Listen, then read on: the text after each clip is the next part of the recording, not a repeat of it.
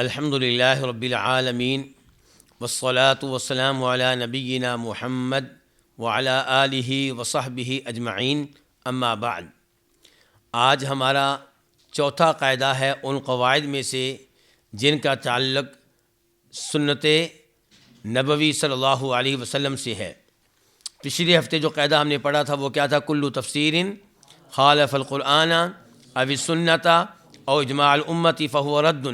ہر وہ تفسیر جو قرآن کے خلاف ہو یا سنت کے خلاف ہو یا اجماع امت کے خلاف ہو، کیا ہوگی؟ مردود ہوگی۔ وہ تفسیر کرنے والے کوئی بھی ہوں، چاہے تفسیر کرنے والے کوئی تابعی ہوں یا تبع تابعی ہوں، جو بھی ہوں، ان کی تفسیر اگر قرآن کے خلاف پڑھ رہی ہے، سنت کے خلاف ہے، اجماع امت کے خلاف ہے، تو وہ کیا ہوگی؟ مردود ہوگی۔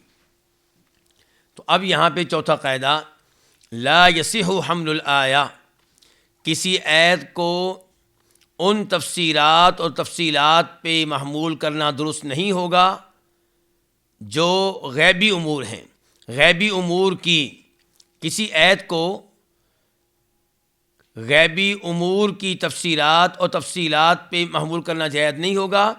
وہ تفسیرات اور تفصیلات جن کی کوئی دلیل نہیں ہے قرآن و سنت سے۔ لا دلیل کا تعلق کس سے ہے؟ تفسیرات اور تفصیلات سے، یعنی کہ وہ تفسیریں، وہ تفاصیل غیبی امور کی جن کی دلیل نہیں ملتی قرآن و سنت سے، ان پہ آیت کو محمول نہیں کیا جائے گا۔ کیا مطلب؟ آیت کی تفسیر ان کے مطابق نہیں کی جائے گی، آیت کو ان کی روشنی میں نہیں سمجھا جائے گا۔ سورۃ القاعدہ، لا سبیل الی معرفۃ الامور المغیبۃ یا مغیبۃ وہی کل الامور۔ یہ جملہ معترضہ آ گیا، اس میں وضاحت کر رہے ہیں غیبی امور سے کیا مراد ہے۔ وہی کل الامور التی لا يمکن ادراکها بطرق الاجتہاد وقوۃ الاستنباط۔ یہ وہ سب امور ہیں، غیبی امور سے مراد وہ سب امور ہیں جن کا ادراک کرنا ممکن نہیں ہے اجتہاد کے کسی راستے کے ذریعے اور نہ ہی قوت استنباط کے ذریعے۔ غیبی امور جو ہیں ظاہر ہے کہ وہ معلوم نہیں ہو سکتے قوت استنباط سے یا طرق اجتہاد سے، تو یہ سب غیبی امور ہوتے ہیں۔ تو اب عبارت یوں بنے گی، دیکھیں کہ لا سبیل الی معرفۃ الامور المغیبۃ مغیبۃ الا بنص من قرآن او سنہ۔ غیبی امور کی معرفت کا کوئی راستہ نہیں ہے، غیبی امور کو جاننے کا کوئی راستہ نہیں ہے سوائے ایک ہی راستے کے۔ وہ کون سا راستہ ہے؟ کوئی نص ہو قرآن کی یا سنت کی۔ غیبی امور کو جاننے کا اس کے علاوہ ہمارے پاس کوئی راستہ نہیں ہے۔ وَهَذَا كُلُّهُ مِمَّا لَا تَعَلُّقَ لَهُ بِالْأَحْكَامِ التَّكْلِيفِيَّةِ، اور یہ سب کا سب ان امور میں سے ہے جن کا کوئی تعلق نہیں ہے تکلیفی احکام سے، فقہی احکام سے، تکلیفی احکام سے کوئی تعلق نہیں ہے۔ وَيَتَضَمَّنُ هَذَا، اور یہ مشتمل ہے، وَيَتَضَمَّنُ هَذَا مَا قَدْ مَضَى وَسَلَفَ، یہ مشتمل ہے ان تمام امور پہ جو گزر چکے اور ہو چکے، جیسا کہ کا امور بدء الخلق، آغاز تخلیق کے امور۔ اب ان کے بارے میں جو معلومات آئیں گی وہ غیبی معلومات ہوں گی، تو اگر وہ کسی نص سے معلوم نہیں ہو رہی تو ان کا کوئی اعتبار نہیں ہے۔ وَأَخْبَارِ الْأُمَمِ الْبَائِدَةِ، اور جیسا کہ خبریں ہیں ان اقوام کی جو ہلاک ہو گئیں، تباہ و برباد ہو گئیں۔ وَمَا لَمْ يَقَعْ، اور جیسا کہ وہ امور جو ابھی واقع نہیں ہوئے، کالملاحم والبعث، جیسا کہ جنگیں جو ہونے والی ہیں ان کا وہ امور، والبعث اور قبروں سے اٹھائے جانے کے معاملات، اور ایسے ہی جنت اور جہنم کے اوصاف اور اس سے ملتے جلتے امور۔ فَكُلُّ ذَلِكَ لَا يَصِحُ تَفْسِيرُهُ بِاجْتِهَادَاتٍ لَا دَلِيلَ عَلَيْهَا او بِأَخْبَارٍ إِسْرَائِيلِيَّةٍ۔ تو یہ سب امور جو ہیں، یہ سب امور کون سے ہوئے؟ اب آغاز خلق کے امور، ہلاک ہونے والی اقوام کی خبریں، اور جو مستقبل میں ہونے والے امور ہیں، جنگیں ہوں گی اور قبر سے اٹھائے جانے کے امور، جنت جہنم کے اوصاف، یہ سب وہ امور ہیں، ان کی تفسیر کرنا درست نہیں ہوگا ایسے اجتہاد سے جس کی کوئی دلیل نہیں ہے، اور نہ ان کی تفسیر کرنا درست ہوگا اسرائیلی اخبار کے ذریعے۔ وجعلت هذه القاعدة ترجیحیہ، اس قاعدے کو کیا بنا دیا گیا ہے؟ ترجیحی قاعدہ قرار دیا گیا۔ کیوں جی ترجیح کیسے ہو گیا؟ لأنها ترجح اصل الابہام والاجمال والاختصار فی الآیۃ علی تلک التفصیلات التي لا دلیل علیہا، کیونکہ ہمارے سامنے اب دو آپشن ہیں۔ دیکھیں علماء کرام، ہمارے سامنے کتنے آپشن ہیں؟ دو۔ ایک یہ ہے کہ ہم کہیں عزیز مصر کی بیوی کا نام تھا زلیخا، یہ کیا ہے؟ تفصیل ہے، تفسیر ہے، وضاحت ہے۔ اور ایک طرف ہم کہیں جی ہمیں نہیں پتا اس کا کیا نام تھا، بس ہمیں اتنا پتا ہے کہ عزیز مصر کی وائف تھی۔ اب ان میں سے ایک کو ہم نے اختیار کرنا ہے، تو ایک کو اختیار کرنا، دوسرے کو ترک کر دینا، اسی کا نام ترجیح ہے۔ تو اس لحاظ سے یہ ترجیحی قاعدہ ہوا۔ اب دیکھیں، کہتے ہیں کیونکہ کیونکہ یہ قاعدہ ترجیح راجح قرار دیتا ہے ابہام، اجمال اور آیت میں جو اختصار ہے اس کی اصل کو ان تفصیلات پہ جن کی کوئی دلیل نہیں ہے۔ وَإِنَّمَا هِيَ مَبْنِيَّةٌ عَلَىٰ أَخْبَارِ اسرائیلیہ، بلکہ یہ تفصیلات یہ مبنی ہیں کس پہ؟ اسرائیلی اخبار پہ۔ فَمِنْ هَذَا الْمَنْظُورِ، تو اس اعتبار سے کانت قاعدةً ترجیحیةً، یہ ترجیحی قاعدہ ہوا۔ تو ترجیح اس میں آئی کہ نہ آئی؟ ترجیح آئی ہے نا اس میں، تو اس لحاظ سے کیا ہوا؟ ترجیحی قاعدہ ہوا۔ بیان الفاظ القاعدہ، اس قاعدہ کے الفاظ کی وضاحت۔ پہلا لفظ کیا آیا تھا؟ لا یصح حمل الآیہ، کہ آیت کو محمول کرنا درست نہیں ہوگا۔ کہتے ہیں کہ یدخل تحت القاعدۃ، اس قاعدے کے نیچے داخل ہوں گی التفسیرات والتفصیلات للامور المغیبۃ العالیۃ، یعنی دلیلی، ان غیبی امور کی تفسیرات اور تفصیلات جو دلیل سے کیا ہیں؟ خالی ہیں۔ العالی یعنی دلیلی، جو دلیل سے کیا ہیں؟ خالی ہیں۔ اذا سیقت، جب انہیں ذکر کیا جائے، علی انہا، اس طریقے سے کہ انہا، ہا کی ضمیر کہاں جا رہی ہے؟ تفسیرات اور تفصیلات، جب انہیں ذکر کیا جائے اس طریقے سے کہ وہ تفسیرات اور تفصیلات وضاحت بن رہی ہوں اللہ تعالیٰ کے کلام کی، اور تفسیر بن رہی ہوں اللہ تعالیٰ کے کلام کی، تو تب پھر جو ہوگا یہ ہمارے قاعدے کا حصہ بن جائیں گی یہ چیزیں، تو پھر ان کو رد کر دیا جائے گا۔ اگر آپ قرآن کی تفسیر ان کے ذریعے نہیں کرتے، ویسے کہیں بیان کر رہے ہیں، تو وہ ہمارے موضوع سے اس کا کوئی تعلق نہیں ہے۔ وہ بیان کرنا جائز ہے کہ نہیں جائز ہے، وہ ایک الگ موضوع ہے۔ ہمارا موضوع یہ ہے کہ آپ ان کے ذریعے قرآن کی تفسیر کر رہے ہیں۔ جب قرآن کی تفسیر کر رہے ہوں گے تو پھر ہم کہیں گے لا یصح حمل الآیات علی تفسیرات و تفصیلات لامور مغیبہ لا دلیل علیہا من القرآن او السنہ، ولا تدخل هذه الامور تحت القاعدہ، یہ امور اس قاعدے کے نیچے داخل نہیں ہوں گے۔ کون سے امور؟ غیبی امور کی تفصیلات، غیبی امور کی تفصیلات اور تفسیرات، یہ امور جو ہیں اس قاعدے کے نیچے داخل نہیں ہوں گے۔ اذا سیقت، جب ان کا تذکرہ کیا جائے، من باب التحدیث عن بنی اسرائیل الذی اجادہ النبی صلی اللہ علیہ وسلم، جب انہیں ذکر کیا جائے بنو اسرائیل سے واقعات بیان کرنے کی قبیل سے، قرآن کی تفسیر نہ کی جائے، قرآن کی تفسیر نہ کی جائے۔ اذا سیقت، بس ان کا ذکر کیا جائے من باب التحدیث عن بنی اسرائیل، بنی اسرائیل کی باتیں بیان کرنے کی قبیل سے، الذی اجازہ النبی، جس کی نبی علیہ السلام نے اجازت دی ہے، الذی صفت ہے کس کی؟ تحدیث کی، بقولہ، یہ کہہ کے کہ حدثوا عن بنی اسرائیل، بنی اسرائیل سے بیان کرو، ولا حرج، اس میں کوئی حرج نہیں ہے، لا من باب تفسیر والبیان لکلام اللہ، نہ یہ کہ اللہ کے کلام کی تفسیر اور بیان کی قبیل میں سے، فالاذن فی التحدیث عنہم، تو ان سے بیان کرنے کی جو اجازت آئی ہے، لا فی جعل ذلک التحدیث بیان لکلام سبحانہ، وہ اس بارے میں نہیں ہے کہ آپ ان کے بیان کو اللہ کے کلام کی تفسیر بنا دیں، ایسا نہیں ہے۔ ان کی طرف سے جو گفتگو آئی ہے، ان کی جو روایات تمہیں ملی ہیں، ان کی طرف سے جو اللہ کا کلام آیا ہے تورات و انجیل کا، تو اس کو آپ اللہ کے کلام کی تفسیر کے طور پہ پیش نہیں کر سکتے. ویسے بیان کر سکتے ہیں کہ نہیں کر سکتے، وہ ایک الگ موضوع ہے.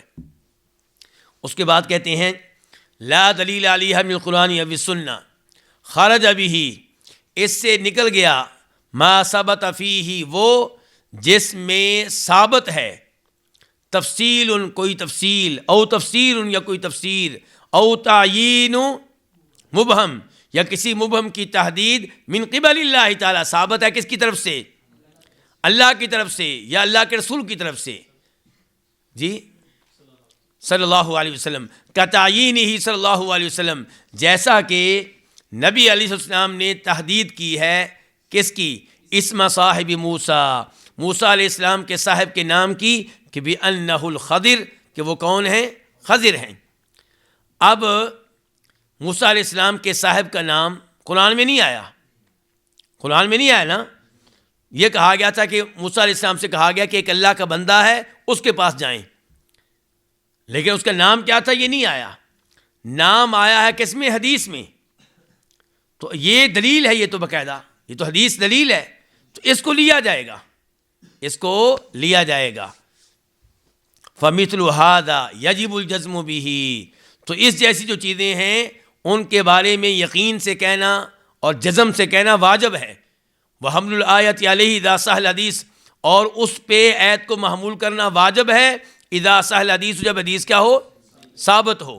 لأنه وحی یوحى، کیونکہ یہ وحی ہوگی جو وحی کی جاتی ہے. کما قال اللہ تعالی وما ينطق عن الهوى ان هو الا وحی یوحى، کہ آپ نہیں کلام فرماتے اپنی خواہش سے، نہیں ہوتا وہ جو آپ کلام کرتے ہیں مگر وحی جو آپ پہ کی جاتی ہے. وَأَلْحَقَ الْعُلَمَاءُ، اچھا اب قاعدے میں کیا کہا گیا تھا؟ لا دلیل علیہ من القرآن او السنہ، یعنی کہ اس کا مطلب یہ ہے کہ اگر کوئی ایسی تفصیلات ہیں جو قرآن میں آئی ہیں دوسری کسی اور جگہ پہ، ایک آیت کی ہم تفسیر کر رہے ہیں ان بنی اسرائیلی امور کے ذریعے جو کسی دوسری آیت میں آ گئے یا کسی حدیث میں آ گئے، تو یہ ٹھیک ہے. کہتے ہیں اس کے ساتھ کچھ چیزیں اور بھی ملا لیں. وہ کیا؟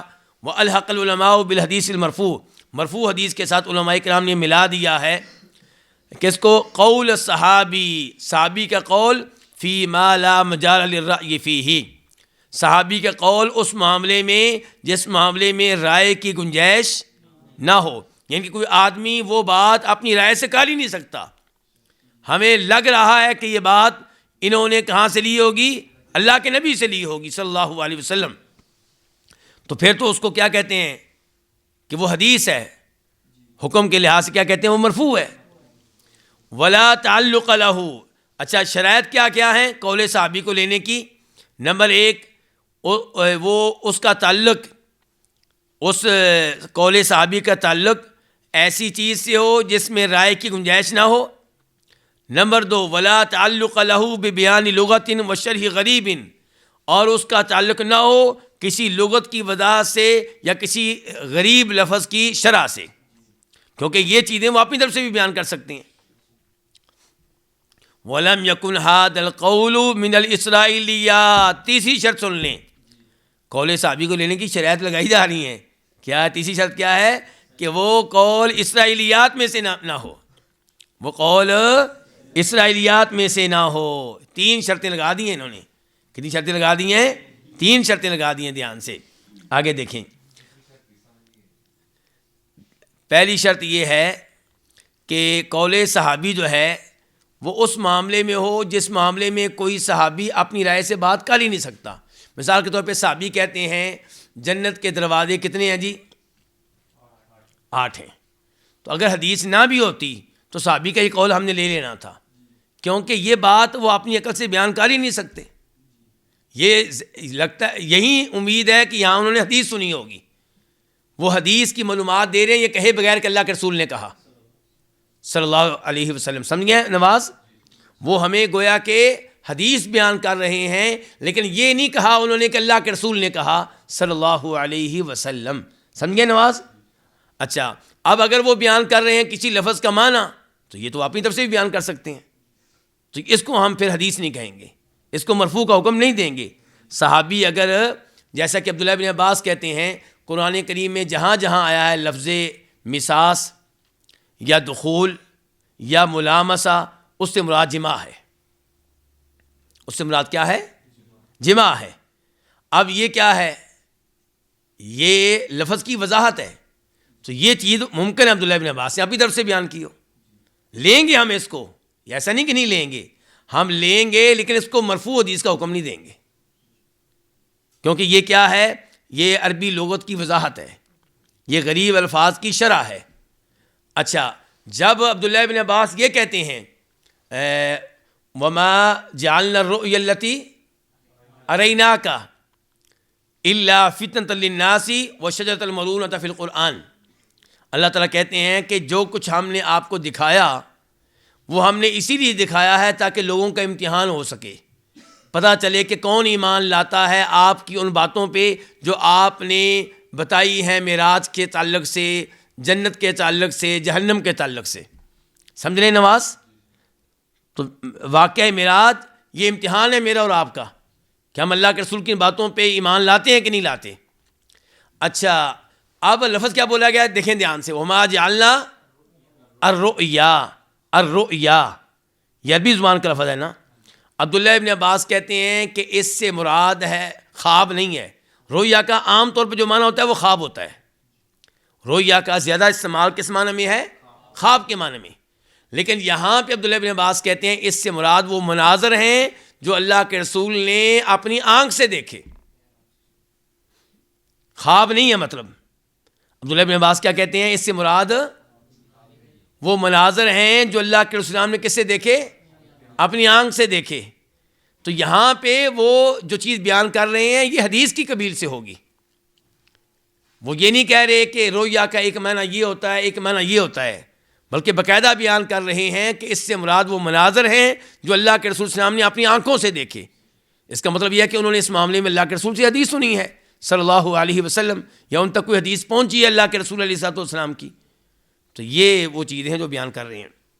تو کہتے ہیں صحابی کا قول تب حجت ہوگا جب وہ ایسے موضوع سے تعلق رکھتا ہو، موضوع اس کا وہ ہو، نواز سمجھ رہے ہیں، موضوع وہ ہو جس کے بارے میں پتہ ہے کہ یہ بات اپنی رائے سے بیان کی نہیں جا سکتی، اپنی رائے سے یہ بات ہو ہی نہیں سکتی، اور دوسرے نمبر پہ یہ کہ وہ جو گفتگو کر رہے ہوں اس کا تعلق کسی لغت یا کسی غریب لفظ کی وضاحت سے نہ ہو، اور نمبر 3 وہ قول اسرائیلیات میں سے نہ ہو۔ نواز سمجھ رہے ہیں؟ عبداللہ بن سلام جو ہیں پہلے کیا ہوتے تھے؟ یہودی۔ اگر وہ کوئی ایسی بات کریں تو اس میں ہمیں تھوڑا سا خطرہ لگتا ہے کہ کہیں یہ پرانی معلومات نہ دے رہے ہوں جو انہوں نے یہودیوں کی کتابوں میں پڑھی ہوئی تھی۔ تو یہ بھی ساتھ شرط ہے علماء کرام جو لگاتے ہیں۔ ابھی وضاحت آ رہی، آگے دیکھیں۔ اقسام الاسرائیلیات والموقف منہا فی التفسیری، اسرائیلیات کی اقسام۔ اسرائیلیات کہتے کس کو ہیں جی زہیب؟ اسرائیلی سے کیا مراد ہیں؟ قوم ہے، یعنی کہ آپ کہیں گے یہودی اور عیسائی، یعنی کہ یہودی اور عیسائی جو ہیں، جو ان سے ہمیں معلومات ملیں، جو ان کی طرف سے علم آئے، جو ان کی طرف سے روایات آئیں، ان کو کیا کہا جائے گا؟ اسرائیلیات۔ تو کہتے ہیں اقسام الاسرائیلیات، اسرائیلیات کی اقسام، اور ان کے بارے میں تفسیر میں کیا موقف اختیار کیا جائے گا، تفسیر کے شعبے میں ہمارا کیا رویہ ہوگا اسرائیلیات کے تعلق سے۔ کہتے ہیں الاسرائیلیات، الاسرائیلیات اما کے اوپر، پہلا اما کے اوپر نمبر 1 لگا لیں آپ۔ الاسرائیلیات اما ان یعلم کذبها بما عندنا من الشریعہ، یا تو ان کا غلط ہونا، جھوٹا ہونا ہمیں معلوم ہو جائے گا، بما ان نصوص سے جو ہمارے پاس ہیں شریعت کی طرف سے۔ ٹھیک ہو گیا علماء کرام؟ ایک اسرائیلی معلومات آئیں اور ہماری شریعت نے بتا دیا کہ یہ غلط ہیں، ہماری شریعت سے پتہ چل گیا کہ یہ معلومات کیا ہیں؟ غلط ہیں۔ نمبر 2 وَإِمَّا أَن يُعْلَمَ صِدْقُهَا بِمَا عِندَنَا مِنَ الشَّرِيعَةِ، یا کیا ہوگا ان کی سچائی، ان کا درست ہونا، کن کا درست ہونا؟ اسرائیلیات کا درست ہونا ہمیں معلوم ہو جائے گا اس سے جو ہمارے پاس ہے شریعت میں سے۔ نمبر 3، وَإِمَّا أَن تَكُونَ مِنَ الْمَسْكُوتِ عَنْهُ، یا کیا ہوگا کہ وہ اسرائیلیات اس میں سے ہوں گی جس سے ہماری شریعت کیا ہے، خاموش ہے۔ من المسکوت عنہ، ان اسرائیلیات کا تعلق اس حصے سے ہوگا جس حصے کے بارے میں کون خاموش ہے، ہماری شریعت۔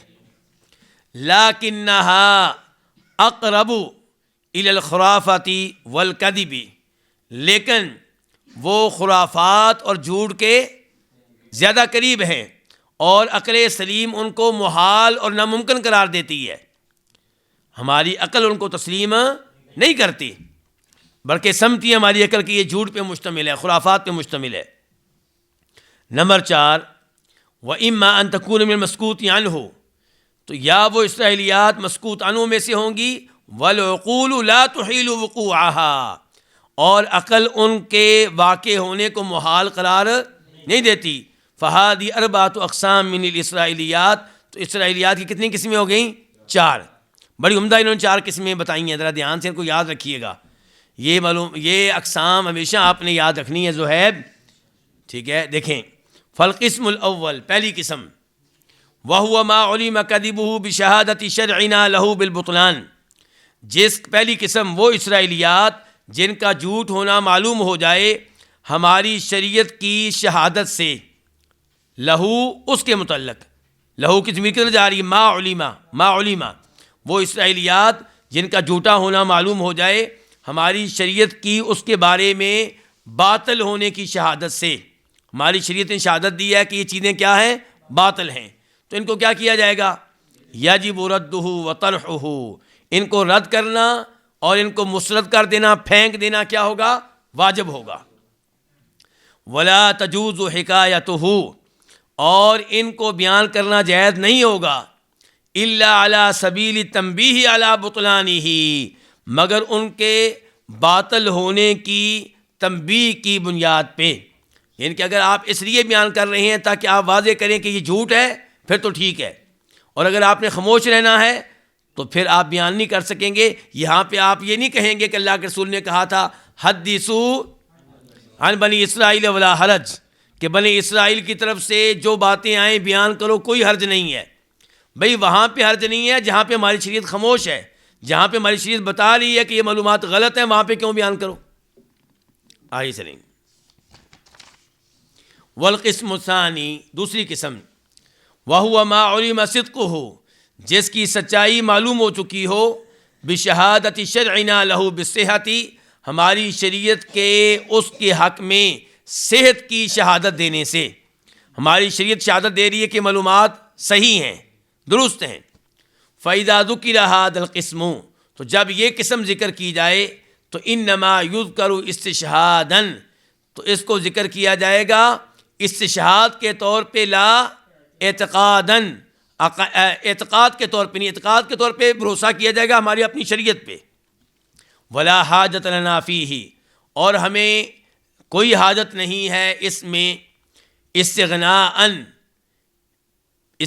کرتے ہوئے، بما ثبت فی شرعنا، اس پہ جو ہماری شریعت میں ثابت ہے۔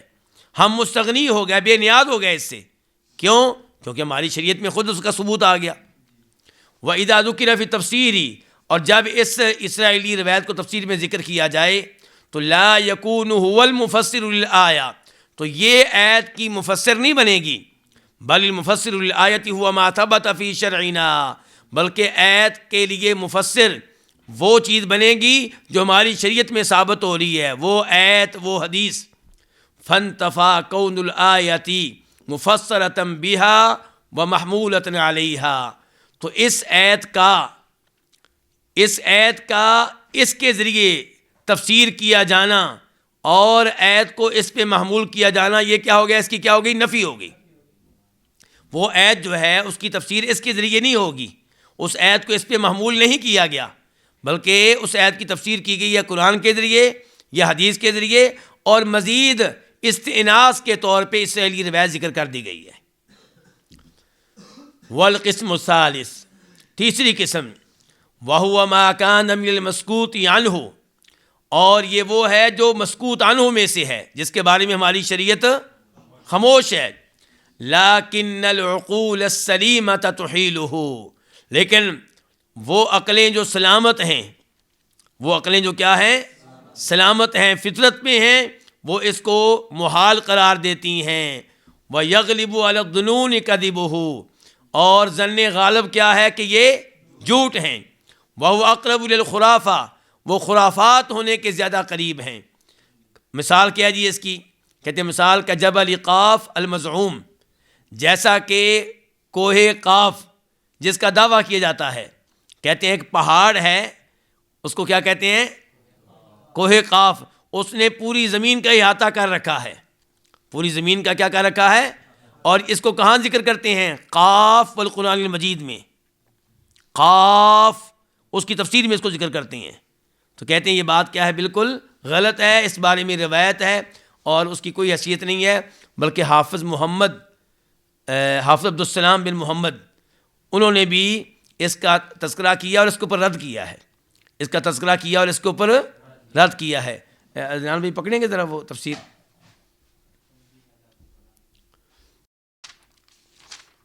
یہ معلومات آپ نے ذہن میں رکھنی ہے، آئندہ ہفتے میں سنوں گا. یہ بڑی قیمتی معلومات آپ کو دی جا رہی ہیں. یہ سنیں جی علماء کرام کہتے ہیں، بعض سلف سے مروی ہے کہ انہوں نے کہا کہ قاف ایک پہاڑ ہے. قاف کیا ہے؟ جو ساری زمین کو گھیرے ہوئے ہے، اسے جبل قاف کہتے ہیں. معلوم ہوتا ہے، آپ سب کہہ رہے ہیں، معلوم ہوتا ہے کہ یہ بنی اسرائیل کی خرافات سے ہے، جو بعض لوگوں نے یہ سمجھ کر لے لی ہے کہ بنی اسرائیل سے وہ روایات لینا جائز ہیں جنہیں ہم نہ سچا کہیں نہ جھوٹا. میرے نزدیک یہ اور اس جیسی دوسری باتیں بنی اسرائیل کے دشمن دین اور زندیق لوگوں کی گھڑی ہوئی ہیں، جن کے ذریعے سے وہ لوگوں کے دلوں میں ان کے دین کے بارے میں شکوک پیدا کرنا چاہتے تھے. جیسا کہ ہماری امت میں بڑے بڑے جلیل القدر علماء، حفاظ اور ائمہ کی موجودگی کے باوجود نبی علیہ الصلوۃ والسلام سے جھوٹی روایات گھڑ کر بیان کی گئی ہیں، حالانکہ کوئی زیادہ مدت بھی نہیں گزری. تو اتنی لمبی مدت میں بنی اسرائیل کا کیا حال ہوگا جن میں تنقید کرنے والے حفاظ بہت کم تھے، شرابیں پی جاتی تھیں، اور ان کے علماء اللہ کے کلام اور اس کی آیات میں لفظی اور معنوی تحریف اور تبدیلی کیا کرتے تھے.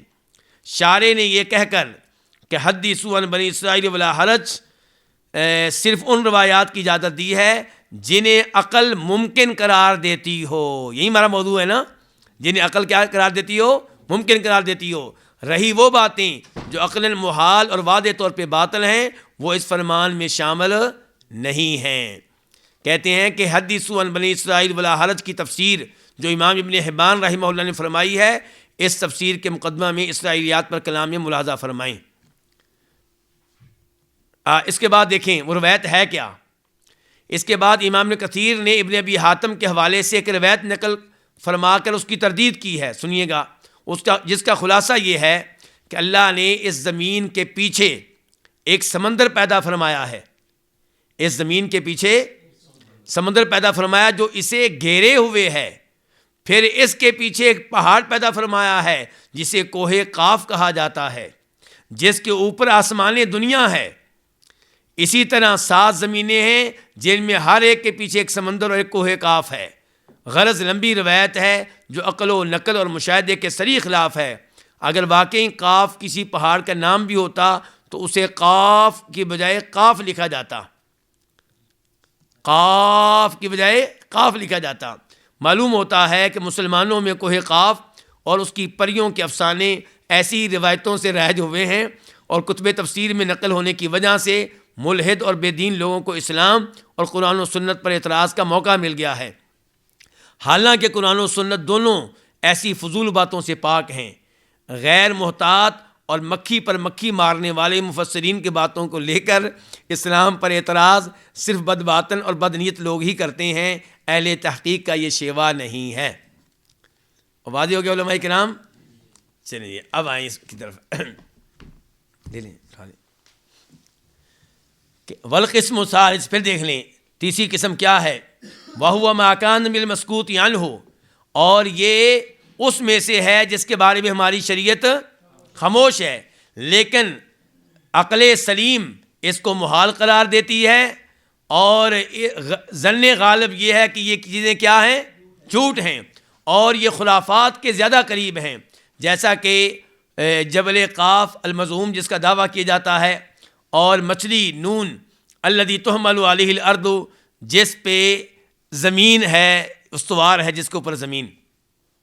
قال الحافظ ابن کثیر، حافظ ابن کثیر کہتے ہیں وَإِنَّمَا أَبَاحَ الشَّارِعُ الرِّوَایَةَ عَنْهُمْ، شارع نے ان سے روایت کرنے کو مباح قرار دیا ہے۔ کس حدیث میں؟ حدثوا عن بنی اسرائیل ولا حرج حدیث میں، فیما قد یجوزہ العقل، اس معاملے میں جائز قرار دیا ہے جس معاملے میں عقل اس کو ممکن قرار دے، جس معاملے میں عقل اس کو کیا قرار دے؟ ممکن قرار دے۔ فَأَمَّا مَا تُحِيلُهُ الْعُقُولُ، رہیں وہ روایات جن کو عقل محال قرار دیتی ہے، وَيَحْكُمُ عَلَيْهِ بِالْبُطْلَانِ، اور عقل فیصلہ کرتی ہے کہ چیزیں باطل ہیں، وَيَغْلِبُ عَلَى الظُّنُونِ كَذِبُهُ، اور ظن غالب یہ ہے کہ وہ چیزیں جھوٹ ہیں، فَلَيْسَ مِنْ هَذَا الْقَبِيلِ، تو وہ اس قبیل میں سے نہیں ہے۔ کس قبیل میں سے؟ حدیث عن بنی اسرائیل ولا حرج، بہت اچھے عباس، جزاک اللہ خیرہ۔ والقسم الرابع، چوتھی قسم، وَهُوَ مَا كَانَ مِنَ الْمَسْكُوتِ عَنْهُ، جو مسکوت عنہ میں سے ہے۔ یہ کس کی باتیں ہو رہی ہیں مسکوت عنہ میں سے ہے؟ نور الامین، بنی اسرائیلی روایات، بہت اسرائیلی روایات۔ چلیں چوتھی قسم، اور یہ وہ ہے جو مسکوت عنہ میں سے ہے۔ مسکوت عنہ کا مطلب کیا ہے زہیب؟ کون خاموش ہے؟ ہماری شریعت، یعنی کہ ہماری شریعت اس کے بارے میں کیا ہے؟ خاموش ہے۔ ولا تحیل العقول السلیمہ، لیکن اس کو عقل سلیم بھی محال قرار نہیں دیتی۔ ولا یغلب علی الظنون کذبہ، اور ظن غالب ان کا جھوٹ ہونا نہیں ہے۔ فیجب فی مثل ھذا التوقف، تو اس جیسی روایات میں کیا واجب ہوگا؟ پھر بھی ایمان نہیں لانا، پھر بھی ایمان، توقف، بس توقف کا مطلب کیا ہوتا ہے؟ خاموشی، رک جانا، ٹھیک ہے۔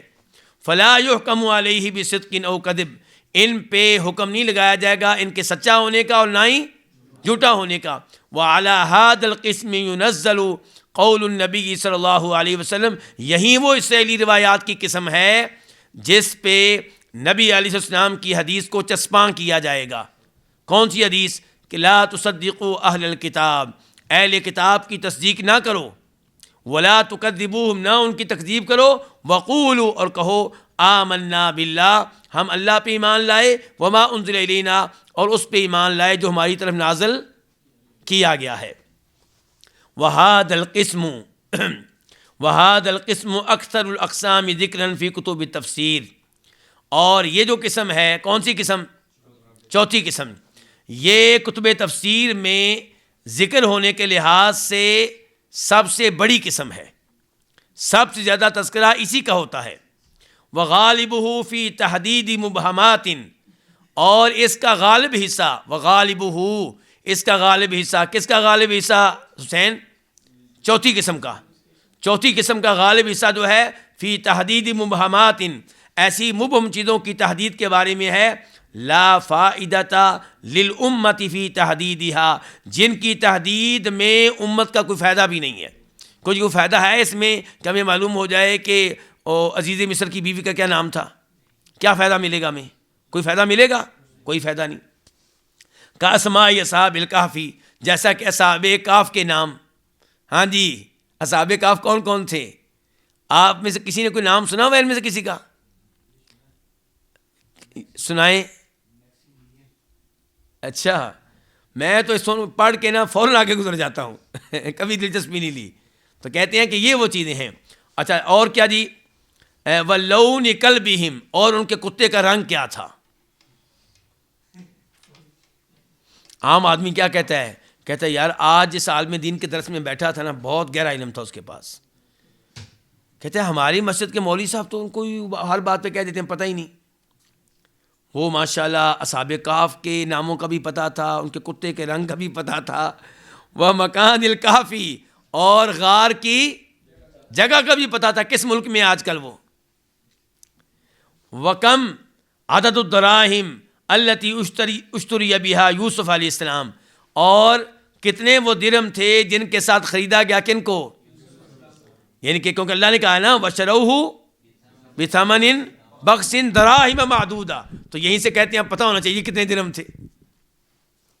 اما ما تحتاج الامہ, جہاں تک تعلق ہے ان معلومات کا جن کی امت کو حاجت تھی, فقد بینہ لنا رسولنا صلی اللہ علیہ وسلم, تو وہ معلومات ہمارے لیے وعدے کر دی ہیں ہمارے رسول علیہ السلام نے صلی اللہ علیہ وسلم, وشرحہ, ان کی شرح کر دی ہے, وعودہ, ان کو وعدے کر دیا ہے, عرفہ من عرفہ, ان کو پہچان لیا جس نے پہچاننا تھا, وجاہلہ من, اور ان سے جاہل ہے جو جاہل ہے. فَإِذَا كَانَ حُكْمُ هَذَا النَّوْعِ هُوَ التَّوَقُّفُ فِي التَّصْدِيقِ وَالتَّكْذِيبِ, جب اس قسم کا حکم کیا ہے, یہ کون سی قسم کی بات کر رہے ہیں باس, چوتھی قسم کی, جب اس قسم کا حکم کیا ہے تصدیق و تکذیب کے معاملے میں توقف کرنا, رک جانا, فلا یصح, تو درست نہیں ہوگا تفسیر کلام اللہ تعالی, اللہ کے کلام کی تفسیر کرنا, بامور مشکوک فی صدقها وکذبها, ان امور کے ساتھ کلام اللہ کی تفسیر کرنا جن کی سچائی یا جن کے جھوٹ ہونے کے بارے میں کیا ہے, شک و شبہ ہے. فلربما حملت الآیت علیہا فکانت کذبا, ممکن ہے کہ آیت کو اس پہ محمول کر دیا جائے اور وہ کیا نکلے, جھوٹ نکلے, یعنی کہ آپ کہتے رہیں جناب اس کا نام زلیخا تھا جبکہ وہ نہ ہو. فیکون قد فسر کلام اللہ تعالی بالکذب حقیقتاً, تو پھر کیا ہوگا, پھر اس کا مطلب یہ ہوگا کہ اللہ کے کلام کی تفسیر کی گئی ہے اس چیز کے ساتھ جو حقیقتاً جھوٹ ہے. یا پھر کیا ہوگا, او یکون قد خولف امر النبی صلی اللہ علیہ وسلم, یا پھر نبی الاسلام کے حکم کی خلاف ورزی کی گئی ہوگی. وذالک باعتقادنا صدق هذه الاسرائیلیات, کیونکہ ہم نے یہ عقیدہ رکھا کہ یہ اسرائیلیات کیا ہے, سچی ہیں. جب ہم کہیں گے کہ اس عورت کا نام کیا تھا, زلیخا, اچھا یا تو جھوٹ ہوگا تو پھر قرآن کی تفسیر آپ نے جھوٹ کے ذریعے کی ہے, اور یا واقعی اس کا نام کیا ہے, زلیخا, لیکن اللہ کے رسول نے کہا تھا حدثوا عن بنی اسرائیل ولا حرج, بیان کرو, لیکن کہا تھا لا تصدقوا ولا تکذبوا, تو آپ نے یہ مان کے کہ اس کا نام زلیخا تھا ان کی تصدیق کر دی ہے. اور سمجھا رہی علماء کرام, یعنی کہ یا تو اس کا نام زلیخا نہیں ہوگا اور آپ نے زلیخا کہہ کے اللہ کے کلام کی تفسیر کی ہے جھوٹ کے ساتھ, یا اس کا نام واقعی زلیخا ہوگا لیکن اللہ کے رسول نے کہا تھا لا تصدقوا الکتاب ولا تکذبوہم. آپ نے جب اپنے دروس میں بیان کیا زلیخا نے یہ کہا, زلیخا نے یہ کیا, اس کا مطلب یہ ہے کہ آپ کہنا چاہتے ہیں کہ یہ اسرائیلی معلومات بالکل سچ ہیں, تو آپ نے اللہ کے رسول کی حدیث کی خلاف ورزی کی ہے. وَأَيُّ تَصْدِيقٍ لَهَا أَعْظَمُ مِنْ جَعْلِهَا بَيَانًا لِمُرَادِ اللَّهِ تَعَالَى فِي مَا أَبْهَمَهُ عَنْ خَلْقِهِ, اس سے بڑی تصدیق کیا ہوگی, اس سے بڑی تصدیق کیا ہوگی, من جعلها, کہ آپ نے ان اسرائیلیات کو کیا بنا دیا ہے, اللہ کے مراد کی بیان اور تفسیر بنا دیا ہے ان امور میں جن امور کو اللہ نے اپنی مخلوق سے مبہم رکھا تھا. بھی اللہ نے بیان کرنا ہوتا تو اللہ مبہم نہ رکھتے. دیکھیں یہ کہنا مشکل ہے کہ وہ کہنا مشکل ہے. دیکھیں ایک لفظ امراۃ العزیز اور ایک ہے زلیخا, چھوٹا کیا ہے, زلیخا, یعنی کہ اگر اللہ تعالیٰ چاہتے تو زلیخا کہہ لیتے, قالت زلیخا, اور امراۃ العزیز نے زیادہ لی ہے, کیا جگہ لی ہے, لیکن اللہ نے نام لینا مناسب نہیں سمجھا, اللہ نے اس کا بیان نہیں کیا, تو پھر کیوں آپ اس کی تحدید کے پیچھے پڑے ہوئے ہیں. کہتے ہیں وکیل الامرین باطل, اور دونوں امور ہی باطل ہیں, غلط ہیں. کون سے دونوں امور نعمان؟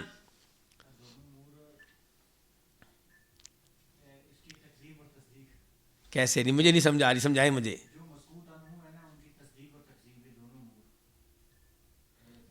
جی مصباح جی,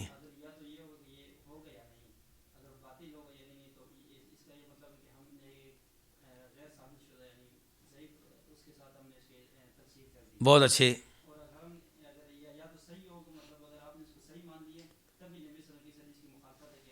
نعمان بھائی سمجھیں، یعنی کہ اگر وہ اسرائیلی معلومات جن کے ساتھ آپ قرآن کی تفسیر کر رہے ہیں اگر وہ ہوئیں غلط تو پھر آپ نے اللہ کے پاک کلام کی تفسیر جھوٹ کے ذریعے کی ہے، باطل کے ذریعے کی ہے، اور اگر وہ معلومات ہوئیں درست تو پھر آپ نے کم از کم اللہ کے رسول کی حدیث کی خلاف ورزی کی ہے۔ آپ صلی اللہ علیہ وسلم نے کہا تھا لا تصدقوا اہل الکتاب ولا تکذبوہم، نہ تصدیق کرنی نہ تکذیب کرنی، آپ نے تصدیق کر دی، آپ نے تو دونوں معاملے ہی باطل ہیں۔ فالقرآن حق، قرآن حق ہے، ولا یحمل الا علی حق، اور اس کو محمول نہ کیا جائے مگر کس پہ؟ حق پہ، یعنی کہ اس کی تفسیر نہ کی جائے مگر حق کے ذریعے۔ واعتقادنا فی الاسرائیلیات المسکوت عنہا التوقف، اور ہمارا عقیدہ کیا ہونا چاہیے ان اسرائیلیات کے بارے میں جن کے بارے میں سکوت ہے، کیا ہونا چاہیے؟ توقف، یہ ہمارا عقیدہ ہے۔ فتعین صحت عدم تفسیر آیات القرآن کریم بہذه الاسرائیلیات، تعینہ تو واجب ہو گیا قرآن کریم کی آیات کی تفسیر نہ کرنا ان اسرائیلیات کے ذریعے۔ وَيَدْخُلُ تحت هذه القاعدہ، اور اس قاعدے کے نیچے داخل ہے کل تفسیر لامر غیبی، ہر وہ تفسیر جو کسی بھی غیبی معاملے کی ہو، وَلَوْ لَمْ يَكُنْ مِنَ الْإِسْرَائِلِيَّاتِ، چاہے اس کا تعلق اسرائیلیات سے نہ ہو، لیکن وہ ہے کون سی تفسیر؟ لیس علیہ دلیل من القرآن والسنہ، وہ ایسی تفسیر ہے غیبی امر کی جس کی کوئی دلیل نہیں ملتی، کس سے؟ قرآن و سنت سے۔ لیس علیہ کی ضمیر کہاں جا رہی؟ لیس علیہ دلیل، کل تفسیر لامر غیبی، اللہ جزائے خیر دے۔ لو جی، اب ہمارا آخری مرحلہ آ گیا۔ آخری مرحلہ کیا ہے حارث؟ ہم کیا کرنے لگے ہیں ابھی؟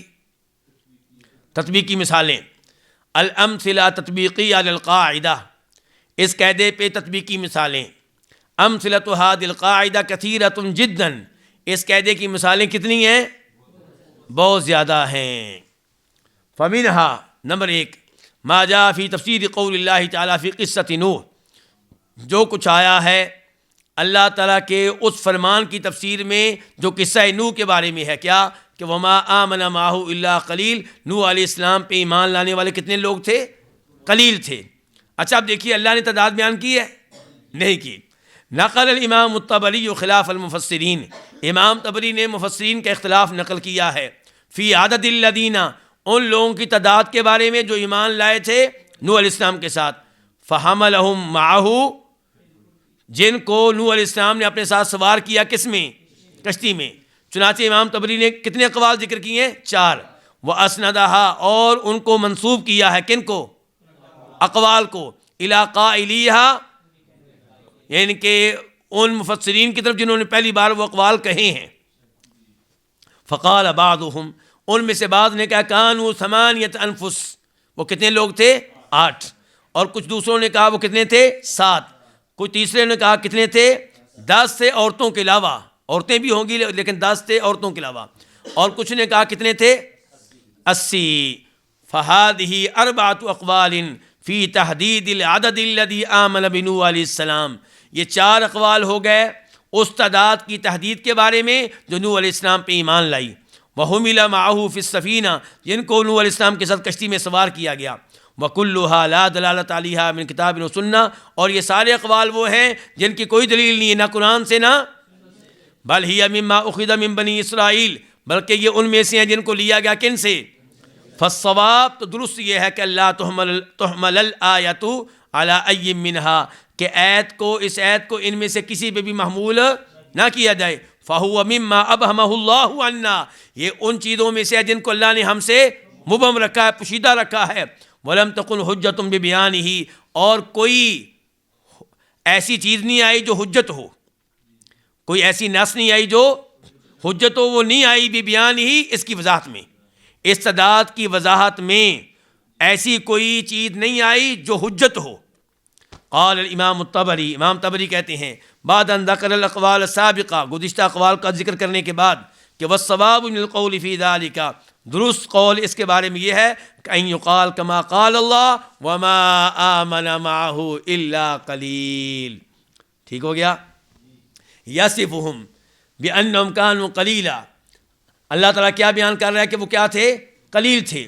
ولم یحدد عددہم بمقدار، اللہ نے ان کی تعداد کو کسی خاص مقدار کے ساتھ محدد نہیں کیا۔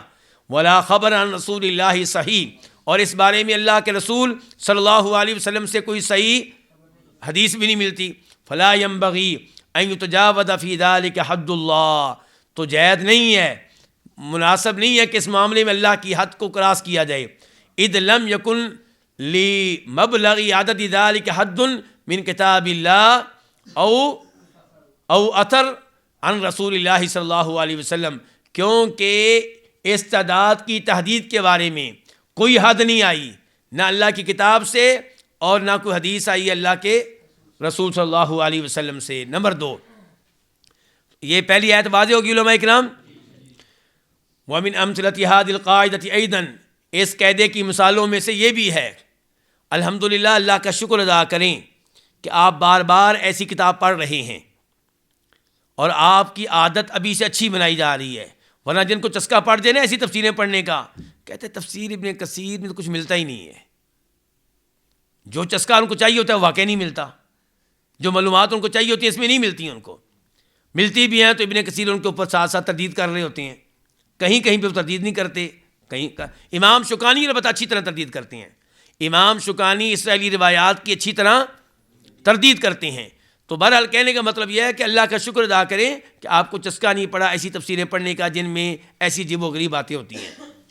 وَمِنْ أَمْثِلَةِ هَذِهِ الْقَاعِدَةِ أَيْضًا، اس قاعدہ کی مثالوں میں سے یہ بھی ہے ما جاء المجاہد فی تفسیر قول اللہ تعالی، جو امام مجاہد سے آیا اللہ کے قول کی تفسیر میں کہ عسیٰ ان یبعثک ربک مقاما محمودا، امید ہے، قریب ہے کہ آپ کا رب آپ کو مقام محمود پہ فائز کرے گا. حسن ہمارے ساتھ ہی ہیں. یہ قال کون ہے حسن؟ نور الامین بول پڑا پہلے اللہ کا بندہ. ہاں جی حسن، ہاں کون ہے پھر؟ آپ ہمارے ساتھ نہیں تھے جب میں نے دیکھا ہے. جی حارث سے کون ہے؟ مجاہد. بہت اچھے. تو مجاہد کہتے ہیں کہ یجلسہ معہ، اللہ تعالیٰ آپ کو اپنے ساتھ بٹھائے گا، علی عرشہ، اپنے عرش پہ. یہ ہے جی مقام محمود کہ اللہ تعالیٰ آپ کو اپنے ساتھ بٹھائے گا. کہاں پہ؟ اپنے عرش پہ. نیچے کیا لکھا ہوا ہے؟ تفسیر طبری، وہاں پہ یہ قول آیا ہے اور اس کی سند ویسے ضعیف ہے. اس کی سند ویسے ضعیف ہے. کہتے ہیں وَهَذَا أَمْرٌ غَيْبِيٌّ مِنْ أَحْوَالِ الْآخِرَةِ، آخرت کے حالات کے بارے میں یہ غیبی معاملہ ہے. وَلَمْ يَقُمْ عَلَيْهِ دَلِيلٌ مِنَ الْقُرْآنِ أَوِ السُّنَّةِ، اور اس پہ کوئی دلیل نہیں ہے نہ قرآن سے نہ سنت سے. وَلَمْ يُنْقَلْ بِسَنَدٍ صَحِيحٍ، اور کسی صحیح سند کے ساتھ یہ منقول نہیں ہے. عن احد من الصحابہ، صحابہ کرام میں سے کسی ایک سے. فَهُوَ مردود بِهَذِهِ الْقَاعِدَةِ، تو یہ تفسیر جو مجاہد کی طرف سے آئی ہے یہ مردود ہے. کس کے ذریعے؟ اس قاعدے کے ذریعے. وَقَدْ صَحَّ التَّفْسِيرُ النَّبَوِيُّ لِلْآيَةِ بِخِلَافِهِ، جبکہ تفسیر نبوی ثابت ہے اس آیت کی اس قول کے برخلاف. بخلافی، اس قول کون سا قول؟ مجاہد کا قول. فثبت فی السنتی، سنت سے ثابت ہے ان المقام المحمودہ هو الشفاعہ، مقام محمود سے کیا مراد ہے؟ وہ عام شفاعت جو آپ کریں گے، سب کی حساب کتاب شروع ہوگا. قال الامام ابن عبد البر، امام ابن البر کہتے ہیں وعلی ھذا اہل العلم، اور اسی پہ ہیں اہل علم، فی تعویل قول اللہ تعالی، اللہ تعالیٰ کے اس فرمان کی تفسیر میں کہ عسیٰ ان یبعثک ربک مقاما محمودا انہ شفاعہ، کہ اس سے مراد کیا ہے؟ مقام شفاعت ہے. وقد روی المجاہد، اور مجاہد سے یہ روایت بھی ہے کہ مقام محمود ہے، اور مجاہد سے یہ روایت آئی ہے، یعنی کہ پہلے بیان کیا اہل علم کا قول کہ اس سے مراد مقام شفاعت ہے. کون بیان کر رہے ہیں اس وقت؟ جو ہے امام ابن عبد البر، بہت اچھے. وقد روی المجاہد، اور مجاہد سے یہ روایت آئی ہے کہ مقام محمود ان یقعدہ معہ یوم القیامت علی کہ اللہ تعالیٰ آپ کو اپنے ساتھ اپنے عرش پہ بٹھائے گا. وہذا عندہم، اور یہ ان کے ہاں، کن کے ہاں؟ اہل علم کے ہاں. منکر فی تفسیر ھذی الآیہ، اس آیت کی تفسیر میں یہ منکر چیز ہے، ناقابل قبول چیز ہے. والذی علیہ جماعت العلماء، اور وہ موقف جس پہ علماء کرام کی جماعت ہے صحابہ و تابعین میں سے. ومن بعدہم من الخالفین، اور بعد میں آنے والے. خالفین کا معنی کیا ہے؟ بعد میں آنے والے. مخالف نہیں ہے اس کا معنی، دھیان سے، بعد میں آنے والے. وہ کیا ہے جی؟ والذی علیہ، وہ کیا ہے؟ ان المقام المحمود هو المقام، اس سے مراد وہ مقام ہے جس میں آپ شفاعت کریں گے امت ہی، اپنی امت کے لیے. وقد روی المجاہد، اور مجاہد سے مروی ہے مثل ما علیہ الجماعت، اس موقف کی طرح جس موقف پہ جماعت ہے، صحابہ کرام تابعین ہیں. من ذالک، اس میں سے، ان کے مجاہد کے دو قول ہیں. ایک قول یہ کہ اللہ تعالیٰ آپ کو اپنے عرش پہ بٹھائے گا، یہ مقام محمود ہے. دوسرا یہ کہ اس سے مراد مقام شفاعت ہے. تو کہتے ہیں فصار اجماعاً، جب مجاہد کا دوسرا قول موجود ہے تو پھر یہ کیا ہو گیا؟ اجماع ہو گیا اس آیت کی تفسیر میں اہل علم کی طرف سے، کتاب و سنت کا علم رکھنے والوں کی طرف سے. یہ کلام اب تک جو ہم پڑھ رہے تھے کس کا تھا؟ عباس امام ابن عبد البر کا. والغریب اور عجیب بات جو ہے وہ کیا ہے؟ کلام الامام طبری، امام طبری کا کلام. بعد ان رجحہ، بعد اس کے کہ انہوں نے راجح قرار دیا، ان المقام المحمود هو الشفاعہ، مقام محمود سے کیا مراد ہے؟ مقام شفاعت. اس کے بعد کہتے ہیں کہ قال عن قول مجاہد، مجاہد کے قول کے بارے میں کہتے ہیں. مجاہد کا کون سا قول؟ نور الامین، کہ اللہ تعالیٰ آپ کو اپنے ساتھ عرش پہ بٹھائے گا. اس کے بارے میں کون کہنے لگے؟ امام طبری. کہتے ہیں فإنما قالہ مجاہد، جو مجاہد نے کہا ہے، من ان اللہ یقعد محمدا صلی اللہ علیہ وسلم علی عرشہ، کہ اللہ تعالیٰ جناب محمد صلی اللہ علیہ وسلم کو اپنے عرش پہ بٹھائے گا. قول، یہ ایسا قول ہے کہ غیر مدفوع صحتہ، اس کی صحت سے انکار نہیں کیا جا سکتا. کہتے ہیں یہ بھی ٹھیک ہے، اس کی صحت سے انکار نہیں کیا جا سکتا. لا من جہت خبر، نہ ہی حدیث کے اعتبار سے، ولا نظر، نہ ہی عقل کے اعتبار سے. کوئی حدیث اس قول کے خلاف نہیں ہے.